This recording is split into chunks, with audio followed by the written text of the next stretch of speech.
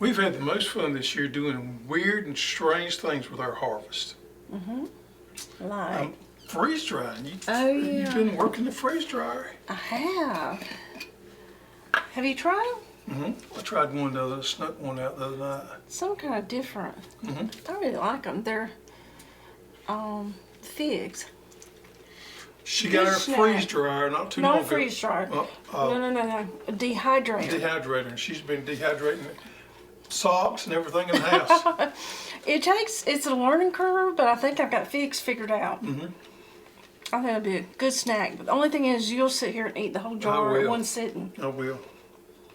They actually taste close, similar to what when you buy dried figs in the store. They taste similar to that. Yeah, I tried cutting them in half, and I didn't like the chewy texture, so I started slicing them. And they don't take as long that way. Yeah, they don't take as long. So pickling has been on the top of our thing this year, and we got something What do we have here? Never done before. Pickled watermelon rind. I was gonna try to get it. Now this is kind of spicy, crunchy. Welcome to the Row by Row Gardening Show, the best dadgum gardening show on the internet, where we talk about gardening, a little bit of cooking, and growing your own food. Now sit back and enjoy. Well, I'm Greg. I'm Sheila. Thank you for joining us. Watermelon pickle rind.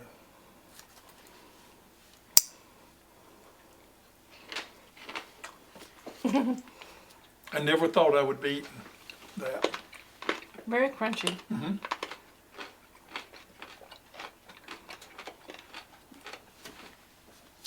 It's different. A little strong there, isn't it? Oh, it's good. You think so? You don't like it? It's my favorite. Not your favorite? My favorite. Different. It's different. It's not, the figs, I can eat all that on the pickled watermelon rind. Not so sure about that. Woo! Anyway, garden is in flip stage.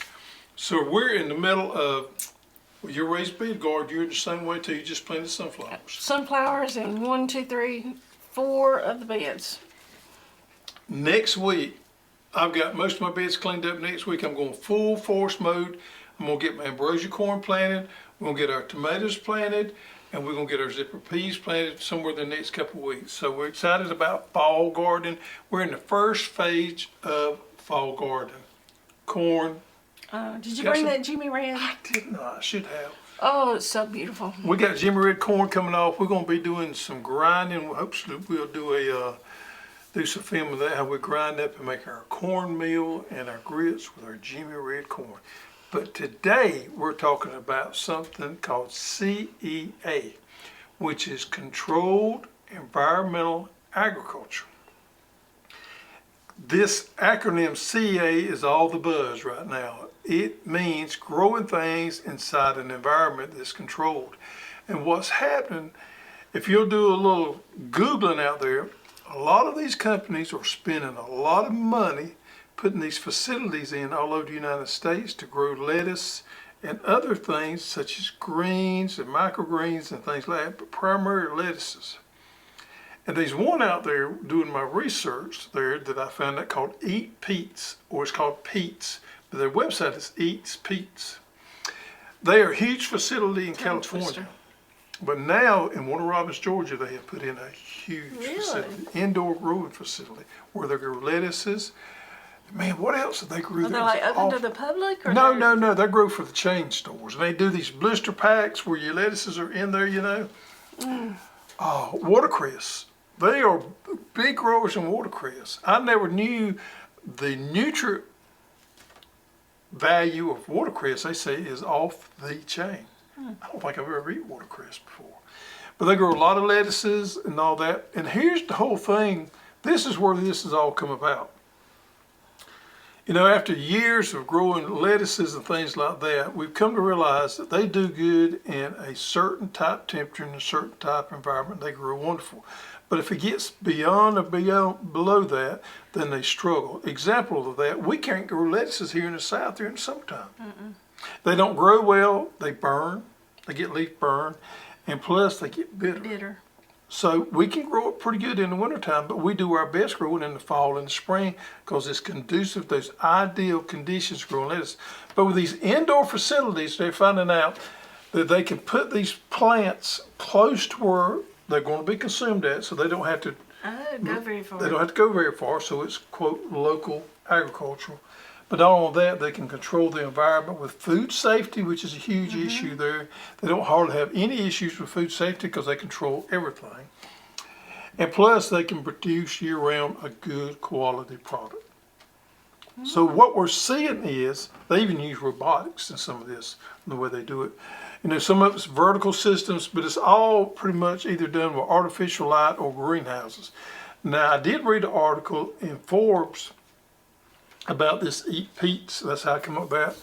But there are other places coming into Atlanta converting these old warehouses into these vertical wall systems, so they grow vertical in there. And it's kind of amazing to me. The way we got turned on to it was, if y'all have watched the show very long or know much about our business, you know we're closely aligned with a seed breeder called Cicada. And Cicada has went all in on controlled agriculture. And I was talking with some of them about it, and they was filling me in on what was going on in the industry. So I started doing a little research. I said, this is interesting. So that's what we're going to see within the next few years. We're going to see more and more of these controlled environment agriculture systems. Growing inside. Grow it inside, because simply they can control everything. So it's kind of like when somebody has a high tunnel and they grow things. Similar, yeah, it is. It's real similar to that, but you are controlling the environment more. But this is even more so than that, because they're controlling the temperature, the humidity, and the light and everything they got it down to a science. And it actually makes, it makes good sense, especially from a food safety standpoint. But we're going to talk about today how you can do your own controlled environment agriculture and grow your own food in the same type system that they use, but you do it at your own house here. Because a lot of this problems with lettuce is we've always had to import lettuce from California over here to the East Coast. Iceberg lettuce does not grow on the East Coast. All of it came from California. But in the last few years that has changed somewhat with some of these butter leaf lettuces and things like that we can grow here in the South. We just have to change the way that we do it. So let's talk about that. First of all, let's talk about something that's probably more nutrient packed than anything out there, with maybe the exception of this watercress that I read about. I got to do more research on that. If anybody out there knows anything about watercress, give us some your comments down below. Tell us what your thoughts or what you're experiencing about growing, because that's really piques my interest. Now, we got into growing microgreens a couple of years ago. And it is absolutely wonderful. It's a good way to get your vitamins in, but not only that, it's good, but it's a good way for you to eat your greens all year long. We're also going to touch base on growing your lettuces. If you're one of those people that just love your lettuces, we're going to show you how you can grow it inside as well. It's so versatile. I mean, you could eat it as a salad, as a snack, as a garnish. We even stir fried a bunch. You can put it on a hamburger. All right, so we're going to talk about some of the most popular ones that we carry, and then we kind of move around from there. And there at the end, we got a special. We're going to show you a kit that we sell. It has everything in it that you need to get started with your controlled agriculture. All right, the first one here is peas. Now this pea right here is one we call sugar prince, which you may have grown this. It grows well outside. Makes a nice English pea, but also works wonderful for microgreen. And we sell the sugar prints in a pack, right here, just like that right there. Now this tray right here is a special microgreen tray here. It's shallow, and the reason it's shallow is when you go to harvesting these, it don't take near as much soil than it does one of the thicker trays, and you can get there and cut them off. Talk about the difference in this and sprouts. Yeah, so microgreens are actually the baby type greens. When those come up and make what we call the true leaves, those first two leaves, that's the point where we will cut it at. Sprouts are actually not grown In soil. soil. They're grown in just water. Damp. Yeah. Like a damp paper towel. Or... And they're actually just a sprout. So this right here, if you can see it real close here, we've got pretty good sprouts on these right here. Those would be eaten in this stage, if maybe not a little bit before that. But microgreens, you harvest them when they get their True first leaves. set of true leaves. Usually about that high. Yeah. So this flat here is 6 days old. Wait a minute, hold on. 6 days old. And this will be able to be harvested in about 3 or 4 days. Normally about 10 to 12 days, somewhere there, you're going to harvest your microgreens. Believe it or not, in about 3 days' time, this has been underneath the light since yesterday. This right here will be ready to harvest. So they're very quick. So it's not cut and come again. It's a one-time. It's a one-time deal. And you put it in your compost bin, it makes wonderful compost. All right, back to the Sugar Prince pea. Now here's kind of the neat deal. We've got several of these microgreens packaged. We've already done the math for you, and we already know the seeding rate for that tray there, and we have them packed in individual packs here. I got all these right here that we'll go over a little bit longer, further in the show. But this right here is the exact amount you'll need for this 10-20 microgreen tray. Now, on the Sugar Prince pea or the dun pea, we sell the dun pea in a larger quantities. Both of those you need to soak. The larger seeds you'll need to soak Overnight, 4 to 5 hours. Normally speaking, about 8 to 10 hours. And on sunflowers, you can get by with a little bit less than that. But I did these. I'm going to show you in a minute. 10 hours, and they worked out fine. So you want to soak them. After you soak them, that's when you want to just kind of spread them out there, get them as even as you can, and you'll have started with your microgreens, your peas. Peas is one of the most popular ones. All right. The next one is sunflower, and believe it or not, this is a very, very popular microgreen. Has kind of a nutty flavor to it there. This is black oil sunflower, which is what 99% of people use growing microgreens because it's the most economical seed there. And those things will pop off them hulls in a couple of days. The only difference between the peas and the sunflowers is you have to be careful to make sure that you get all the hulls off of these, or you'll get a little too crunchy. Once they get a little older, you can just rake them off. That, or either they'll pop off. Yeah, what they don't, you can rake them off. They got one right there. See, that was already through right there. 2 to 3 days, we'll be ready to harvest these right here. The only caveat, as I say, is the hull there. Make sure you get the hull off there. These are very, very good, very nutritious as well. And this is the third one we have growing here that I want to show you. We got several more, but this is the third one we have growing here.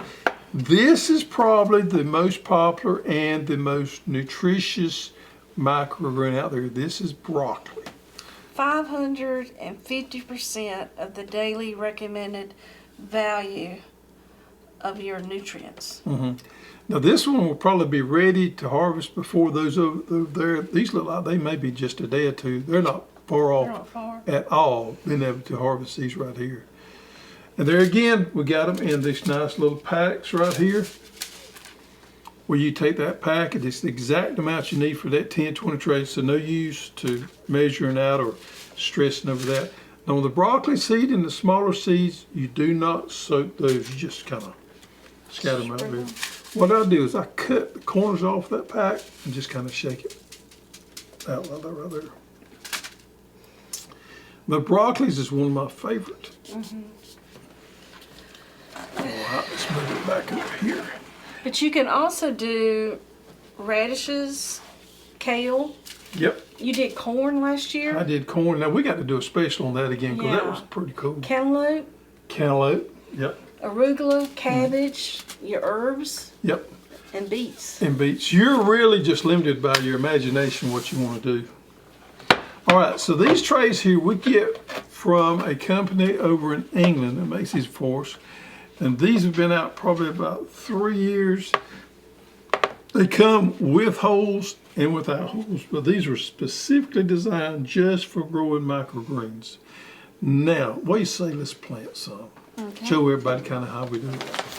All right, so we got the tray with holes. and we got the tray without holes. So we're going to take the tray with holes and put in the tray without holes so that we don't make a mess. Now we recommend using something similar to what we're using here, which is our seedling mix. Just kind of pour it out there. It doesn't take much soil at all. But you want to use a soil mix. Done Yeah, I believe it is. Yeah, that's enough. You want to use a soil mix that is sterilized and that does not have any organic fertilizer in it. So your thought process tells you, man, we want some worm castings in there, we want some fish emulsion, we want some things like that, maybe some kelp, some seaweed in there, because we have that in our premium seed starter mix. But I can tell you from experience, you don't want to do that.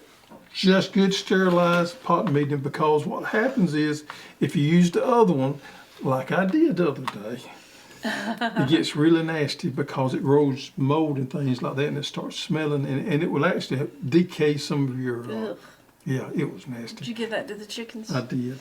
So you don't want to use anything that's got anything in it besides just your straight peat perlite, pretty much it. If it's got anything in there, it's like a worm casting thing, do not use it for microgreens because you don't need it. What you're working off of is the energy within that seed there. Once it pops up, you never need any fertilizer growing microgreens. All right, what you want to plant? You want to plant broccoli or you want to plant arugula? Or do you want to plant radish? Let's do arugula. Okay, arugula is a little strong for some people, but I love it. It works best to me if you kind of mix it in with something else. So with the full pack, I'm going to just do it for you. You simply just do this right here. Now what you want to do is you want to sprinkle this just evenly all over it. I like to go around the edge sometimes and get that first. It's kind of like shaking out salt.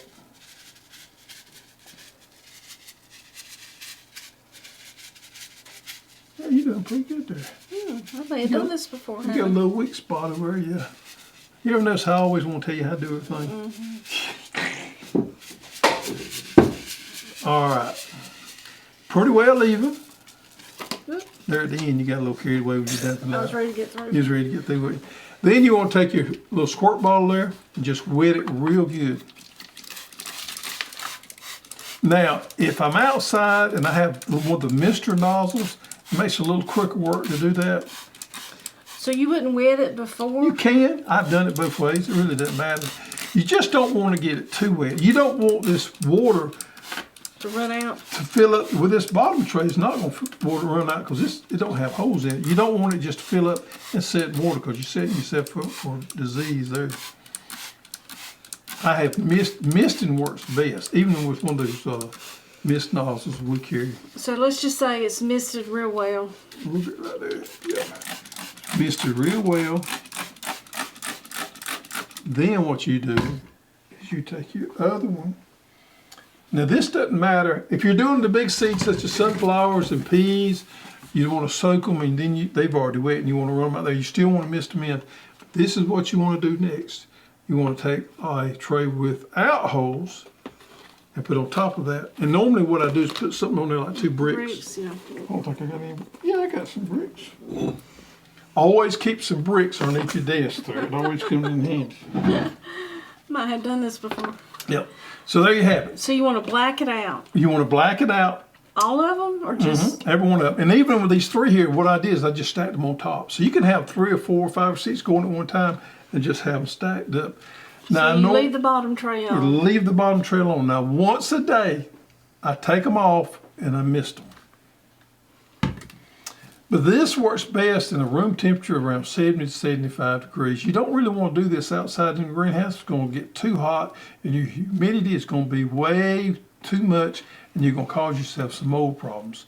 So doing it this right here in this controlled environment is the ideal way to grow these crops. So you can plant your broccoli, your beets, everything and just stack it, one stack. Stack it up. Yep. That's what I did there. I had those 3 going. Now you normally don't, you want to, I mean if it's just 2 of us, I mean if you got 4 people in your family, you may want to grow a little bit more at a time. But the whole thing here is getting you a system down so that you got microgreens or you got You got greens coming off all the time. So you need to plant some every week to have them. Plant. A good strategy is to be rotating every week. And rotate and use different things to find out what you like the best, because everybody's taste is different. It's pretty cool, ain't it? Pretty cool. All right, we'll get back over there. We're going to talk about lettuces just a little bit. Now, if you are one of those type of people that just love lettuces, and look here, I love lettuces as good as the next person does. We can do the same thing with growing our leaf lettuce, such as baby lettuce, in a controlled environment as well in 70, 75 degrees. Now, I planted this right here probably 10 days ago, and it's coming up pretty good. Now, this is going to be a little bit different here. These trays that we've got right here is the ones that come with our indoor light kit, and they have holes underneath there, so they will drain out. You definitely want something with holes, because you got to get that water to drain through there. But you don't cover this up. I don't cover this up. I plant this just like you would if you're planting lettuces to grow out and put in your garden. The only thing is we're not going to transplant this. We're going to cut them. We're going to cut them. We're going to cut them maybe as baby leaves, or maybe when they get a little bit more than that. Now, this is a romaine. Everybody doesn't like romaine, but I love romaine. And romaine is easy to grow in this right here because it stands up more. And if it does get a little too wet, you don't have problems with crown rot. So the romaines do really good growing in these inside. And this you can cut and it grows again. You can get 2 to 3 cuttings off this right here. But now this is one that will need some fertilizer. So you could use that other pot mix that we sell that has some of the ingredients in there to help with your fertility with this right here. Or you need to use our water can with a fertilizer such as Dr. Jones. And I put 2 tablets in there and let it dissolve out. Pour it on there. Like that watering can? Yeah, like that watering can right there. And this right here is what we're talking about right here. Let me get this other one. Growing bubble. I've been using that on this right here about twice a week. It's easy. Just plop, plop, fizz, fizz. Got little peels, little tablets in there, and they go into your watering can. And it's easy to fertilize it. Lettuces take quite a bit of fertility. So it's a little different strategy growing this than it is to microgreens. And it takes a little bit longer. You're looking at probably around 21 days before you start harvesting this. But here's the whole key, folks. You can do both of these with our indoor seed starting kit. And you can grow the butter lettuces as well. You can grow cilantro. You can grow all different kind of things in this tray right here. Cilantro does really good because it likes the same types of temperatures that your lettuces and stuff.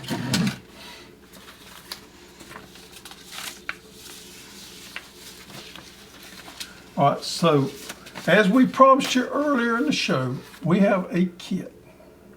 It's going to get you all set up. Whether you want to buy this for yourself, or you want to buy it for a gift for somebody else, or you want to buy it for a gift for yourself, it's the ideal thing to get started with this controlled environmental agriculture so that you can grow your own vegetables year-round, regardless of what the temperature is. If you have a cold spell, you have a lot of rain, it really doesn't matter because you're controlling everything so you can grow your own vegetables. So the kit comes with a light. So we're going to pop up here showing you this indoor seed starting kit. The seed starting mix, 3 trays, 3 reservoir trays, and your seeds. Right? Yep. You get all these seeds here. That is, let's see how many you get. And a spray bottle and an instructions. You get 1, 2, 3, 4, 5, 6 different packs of seeds, which is the exact amount you need for those 10, 20 trays. You get 3 trays so you can keep your rotation going, and then you can throw, you're also going to get some of these once trays these get right up here. this size, they need to go under a light? Yes. You'll get some of these trays here so you can also be growing some lettuces or cilantro or herbs or whatever you prefer as well. Yeah, I put those underneath the light yesterday morning, and they make a big difference when you put them underneath that light. They start popping. But you want to get them sprouted good before you put them underneath that light. And folks, believe it or not, that's a lot of microgreens right there. Now last year when we was growing them, you would put them in bags. Right, so to store them, I would just cut them, rinse them, and use my salad spinner to get all the water out. And I actually would store them in that salad spinner or in a Ziploc bag with a paper towel just to catch the moisture, and they would last over a week. Yeah. Yeah.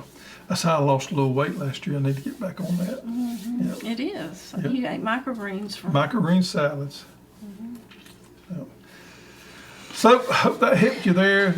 Think about controlled environmental agriculture, and if you're just bored and you're looking for something to Google it and look at some of the things that's happening with the industry out there. I think you'll find it kind of interesting the way our food is evolving, the way the production is evolving.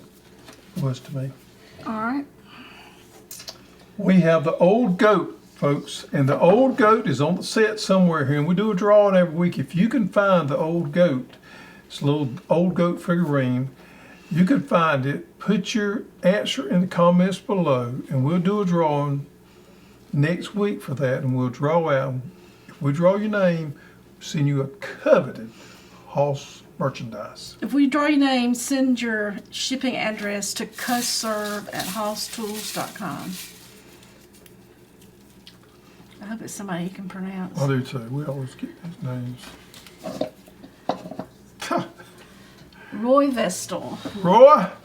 Do you know Roy? I don't know if I know Roy or not. Roy, send us a shipping address to hosstools.com, and we'll get you a good prize in the mail. I'm going to let you say that right there. Hossinator contest, about one more Hossinator week. contest is about to wind up. If you don't know, then we've got a new tomato this year called the Hossinator. We've got a contest going on. Well, who can grow the big Hossinator?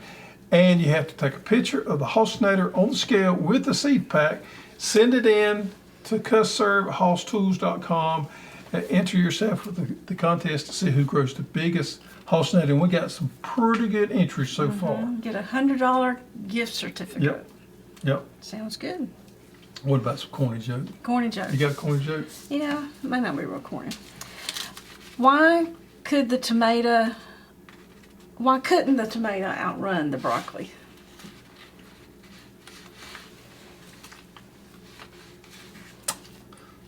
I was going to say something with legs, but I can't piece it together. Because he was a vegetable. Okay. Oh, that's terrible. It was terrible. It was terrible. I started not to do it. Terrible. All right, folks. Thank you for watching. If you're not familiar with our show here, we're the owners of hosstools.com, and we're all about helping people to grow your own food. We have this show every Thursday night at 8 o'clock on YouTube and on Facebook. And if you're also on Facebook, we got a group on Facebook called Row by Row. Join it. A lot of people on there can help you with some of your gardening problems or help encourage you maybe to garden more so.